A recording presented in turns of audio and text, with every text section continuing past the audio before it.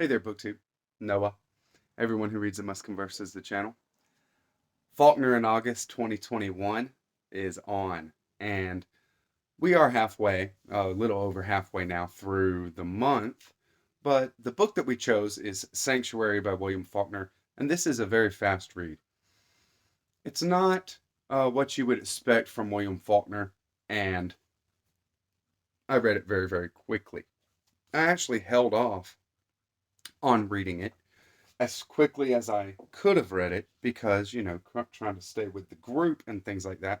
But this is just a book that is not going to, take a month and not the type of book that you want to stop reading. This book is not a good book. I'll say that right off the bat, and then we'll kind of explore why and why I think that, and also just explore the book a bit. And I will just talk freely about it just to give a heads up.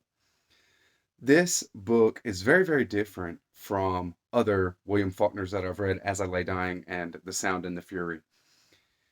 It is very shock value oriented. It seems as if William Faulkner was writing it for shock value. It is very high tension and very intriguing. You get into a situation where nobody wants to be with characters that you see are very out of their element as you would be probably, and there is a kind of connection there, at least at first, and there's a lot of kind of sympathy and fear for the characters very, very quickly in this book.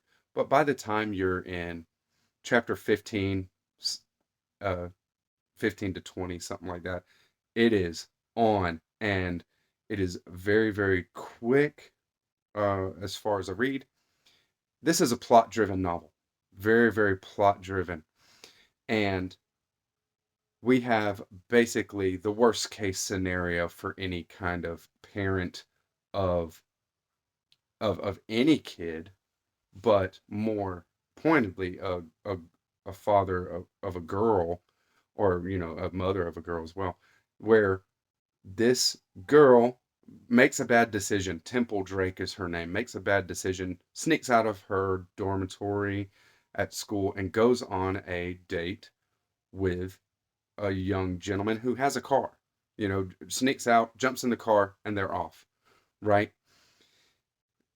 And the boy, Gowan is his name, gets drunk and prides himself on being able to drink like a Virginia gentleman, and the kid can't hold his liquor. I mean, he's getting totally slammed, and actually gets in a car accident. There's the worst case scenario. Gets in a car accident out in the country where they're far away from anything that they know.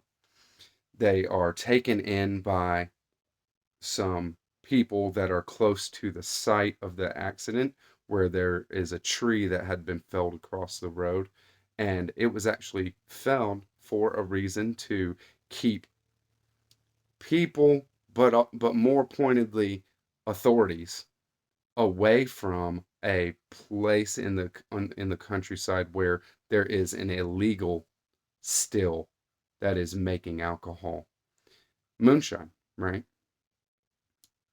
They are taken into this, and it only gets worse from there. This is a very sensationalized book, and very, very high tension, but it the actual way it works out is just not on the level of the things that I have come in contact with William Faulkner. For example, like in As I Lay Dying, there's a lot of this kind of uh, salvation complex, Messiah complex, explorations of guilt and sin and being saved, embodied by Jewel, the character Jewel, and put forth very strongly there by the mother, Addie, as well. And the book as a whole has a lot of symbolism and a lot of weight, and even things, sorry, things that are in this novel, like Cash's tools, mean a lot. They mean something. Those tools are more than just tools that he uses for his carpentry. They are a, a lifestyle. They are means for making money. They mean a lot more than just tools. In The Sound and the Fury, well, like the Brother Quentin's watch.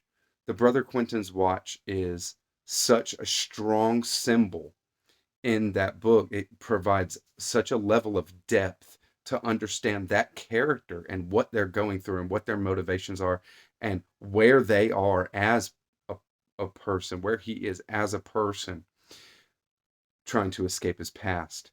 The past being something that he can't uh, get over or move on from.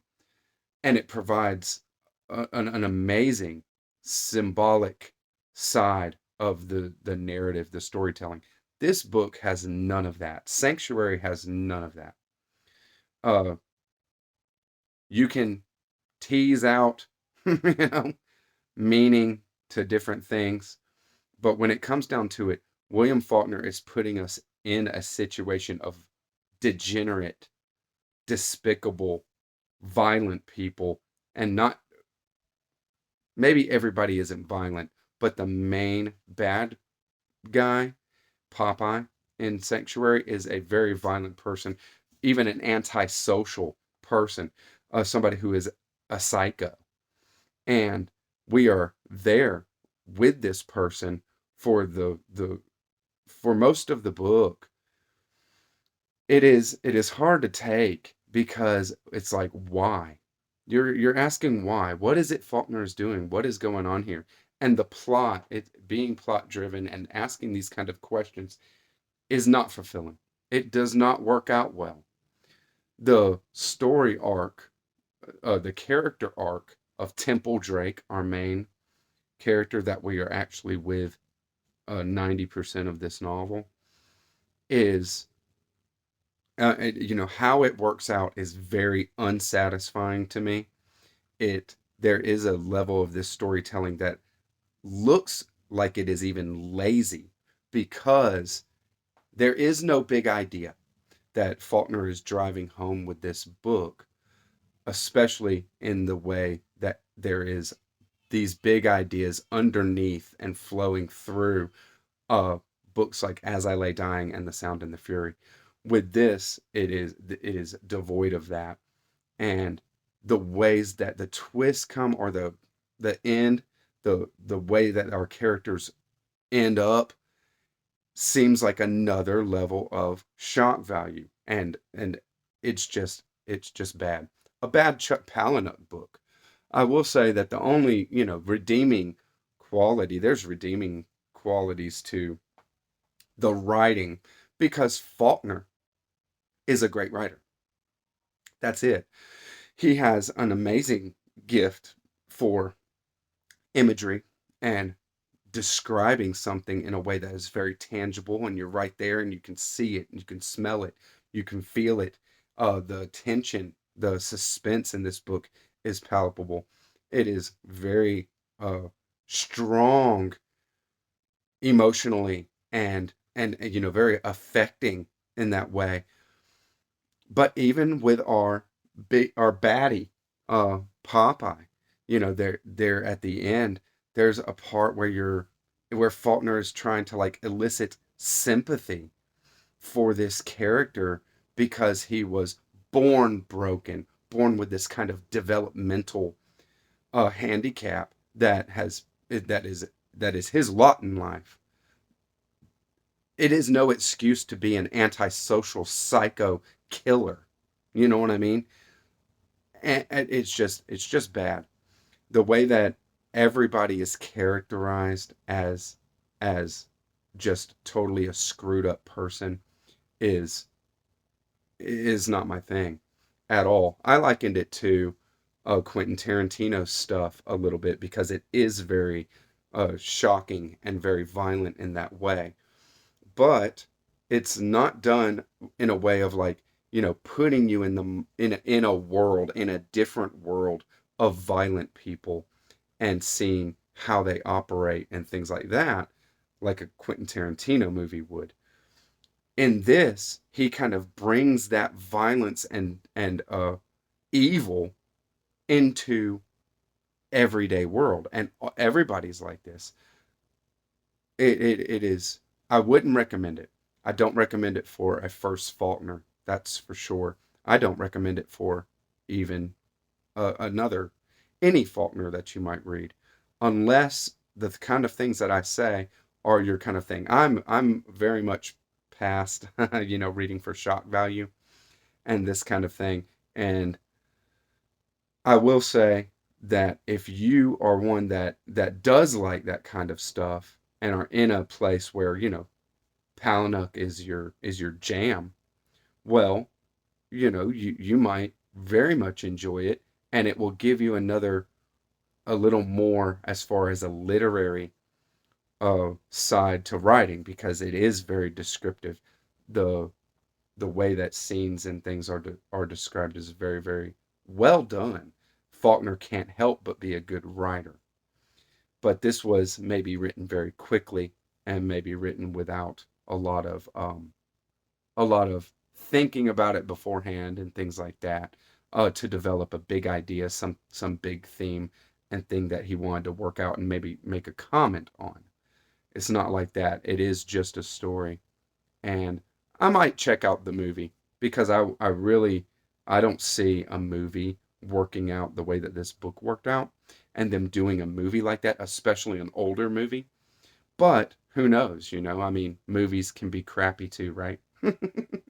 So that's my take on William Faulkner's Sanctuary, Faulkner in August 2021, and on to a bigger and better Faulkner. You know what I mean? Catch you on the next one, book two. Bye bye.